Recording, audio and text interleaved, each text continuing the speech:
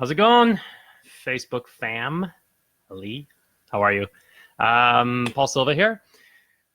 I hope you've been well. It's They dropped the kids off at their sleepover camp and have all of August. All of August. No parenting required. Thank you. High five myself. Hi, Morgan. How are you? Jumped on quickly there, my friend. That was a great post you had, Morgan. Actually, that picture was so cool. And Christian, how are you? Thank you for being here. I wanted to talk about a post that I put up about 1 or 2 days ago. And I kind of wanted to expand on it. So just talk a little bit about how to approach someone you feel or know is in the midst of active addiction. It's not easy, guys. It's not an easy thing to do. And bravo for those who are attempting. For those who don't know, I work primarily with people in transition, and I love my transition folks out there. But I've been talking a lot about addiction recovery lately, and that's something that I am focusing on as well. And so you'll see a lot of that coming up. But this is a big one, and this is something that really affects a lot of people. And it's like I said, it's not easy. And if you look at in recent stats in the States, and I mentioned this in the post, 1 in 3 Americans know someone who has an addiction to opioids. And so, we're talking perk and oxy and morphine and heroin, just that class alone. So imagine add into their alcohol all the other drugs. You're talking meth, coke, crack, weed, ketamine, bath salts, LSD, whatever it is. Throw that all in there, and I imagine about 1 in 2 people, and maybe Canada. Let's throw Canada. Why not? Why not Canada? Because we're here. Throw them in, and 1 in 2. Let's say 1 in 2. I'm not a statistician, but I'm just putting it out there. So there's a lot of us who know someone who is in active addiction.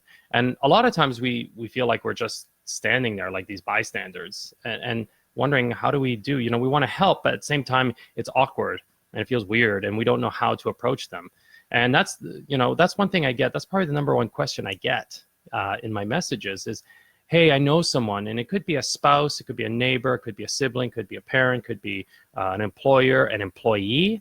An employee is a big one as well, that they know someone that is in addiction and they want to help, but they don't know how to do it.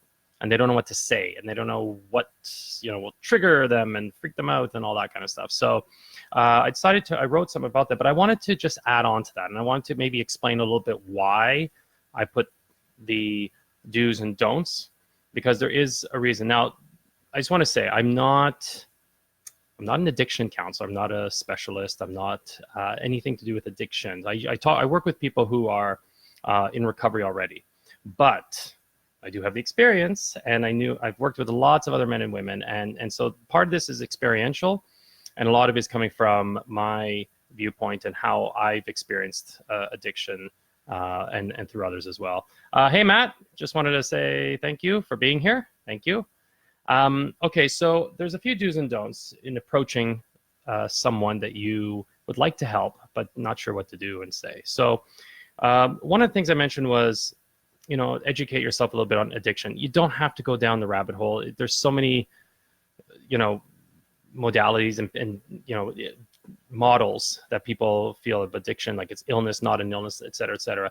But you may want to just look into, like, if you're not sure, maybe look up what signs there are for people in that. If it's easy for, let's say, drinking, you can smell it on them. They're stumbling. We all know what that kind of looks like, but we don't know what it looks like when someone is, on necessarily meth or on Special K or anything like that. We're not quite sure. So educating ourselves a little bit in knowing what it is that we're kind of butting up against. The other one is establishing trust, and this is important. Alcoholics, addicts are by nature secretive, and I'm talking active. They're secretive.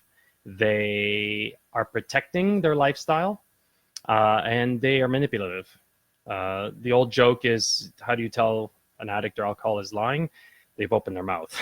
So it's pretty, I mean, it's harsh, and I was there. So but they protect themselves so that they can keep that lifestyle. So establishing trust is very important. And so if you're in close proximity with them, if you are a parent, spouse, all those kind of things, you probably have some sort of level of trust. But people in addiction are very concerned, and they're very weary of people trying to control them. So it's important to establish trust. Okay. The other thing is encouraging them to get help. So this is probably the point that everyone wants to know. How do you do this? How do you approach someone and say, hey, I notice you've on recycling day, you've got, 33 bottles of wine every week, or, whatever it is. And really what I would suggest is, coming at it from not so much how I feel, like, I think you are, and I think this, or saying, sorry, you should do this, you should do that, is come at it from maybe a heart-centered place, and just say, it must be hard to, be cooped up like that, or to feel like you're alone, or, to self-medicate. There's so many ways that you can approach it depending on the relationship you have.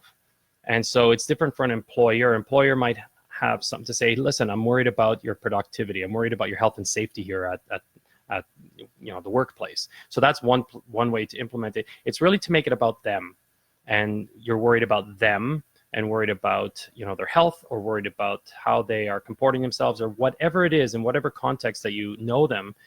It's really about coming at it in kind of a gentle way as well, and talking about them, and make it about them, and not so much that you're upset with them, or you're pissed off, or whatever it is. It's really about how we can help them. And so sometimes when we approach it that way, and very privately as well, not to call them out in a group or anything like that, it's really about coming at it quietly, gently, and from a place of concern. Now, when you get to that point, if you get to that point, this is where you'll find the most resistance. This is where you find denial. This is where you'll find they'll get defensive, and that's normal. And if they just huff off and say, nope, there's no problem, it ends there for the most part. Don't try to chase after them. Don't hunt them down. Don't leave it at that. Sometimes just planting that seed can be enough. They might go, oh, the jig is up, or it's someone knows.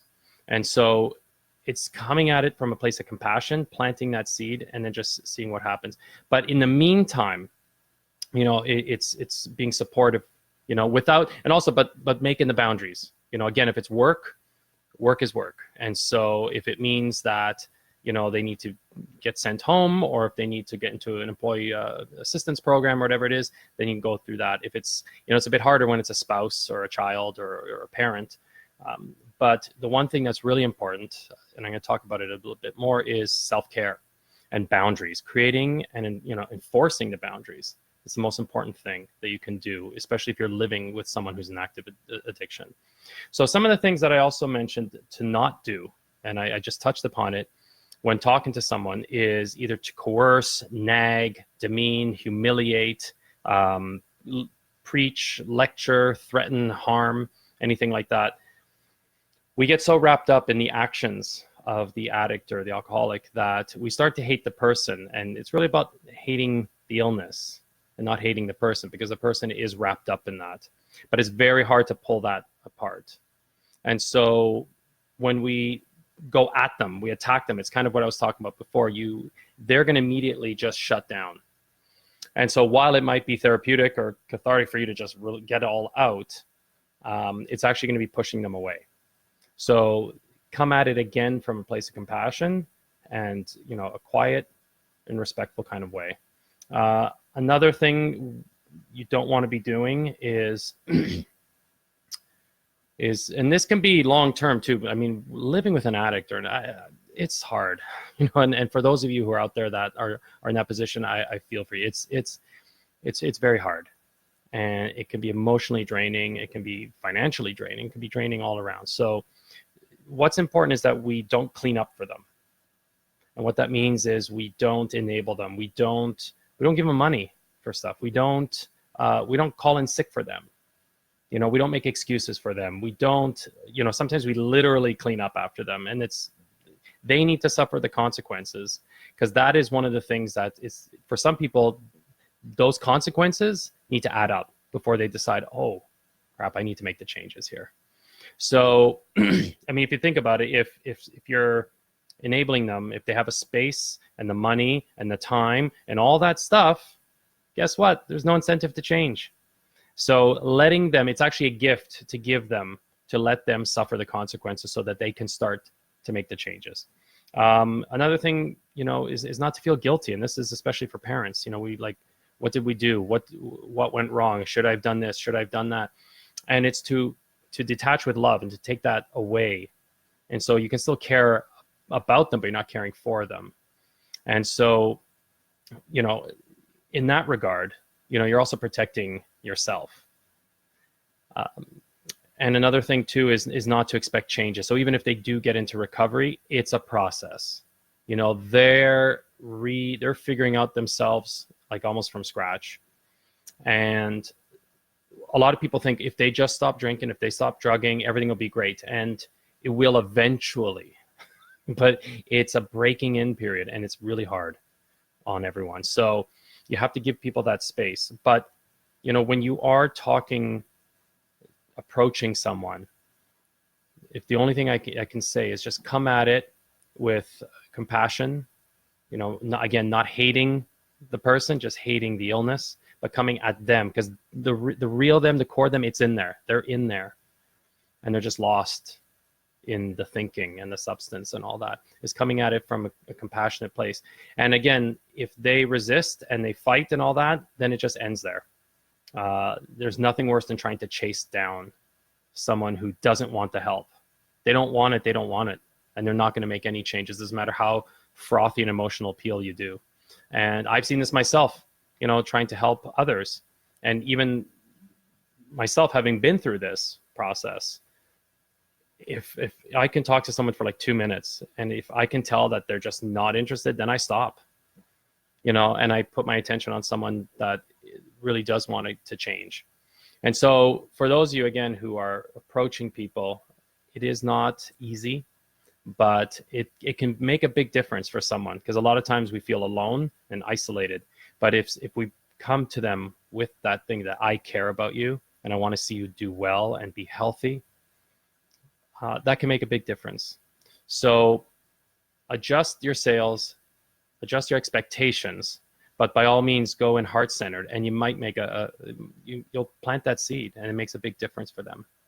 So I hope that helps a little bit more. The post was kind of a checklisty thing, but if you know anyone that is still suffering, by all means, you can get help for yourself. You can approach other people, professionals or whatever, and find other ways that you can get them help. Now, if you are in recovery yourself, or someone who's in new recovery, I'm talking maybe a couple months, 6 weeks, 6 months, could be even a couple years. Excuse me. I'm just putting this out there for the first time.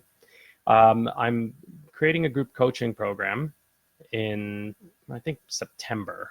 So I'm going to put that out there. No specific date. And I'm going to be talking, it's going to be geared towards those who are in that new kind of sobriety, not really worried about the relapsing or anything like that quite yet. But what happens is you get this new life. So you've stopped drinking and drugging, and everyone's yay. But you've put all the people you used to hang out with and the things you used to do, it's all to the side, right? Because you've got a new life, you got to do different things. But a lot of times we feel lost, and I know I went through that. I didn't know what to do with my day. I didn't know what to do with my hands. I was drinking coffee like crazy. But it's about, what do I do? To the point where people are like, what's the point of this new life if I'm lost? I don't feel like I know what I'm doing. I don't know anyone. I don't know who to talk to. So I'm going to be talking about that. I'm going to be having a 6-week program, like I said, in September. I'll be talking things like, connection to self and gratitude and all that, but also, how we connect with others, because we've been isolated for so long, and talking about how we can reconnect and ways to reconnect with others. I'll be talking about finding fun again. We connected fun with drinking or drugging, which, and by the way, note, it ceased to be fun a long time ago. The party finished a long time ago. But, maybe socializing sober, that's a challenge for a lot of people. You know, maybe exercising and all that, trying to find the fun again, because a lot of times people, they say it's boring, but that's because they're not doing anything.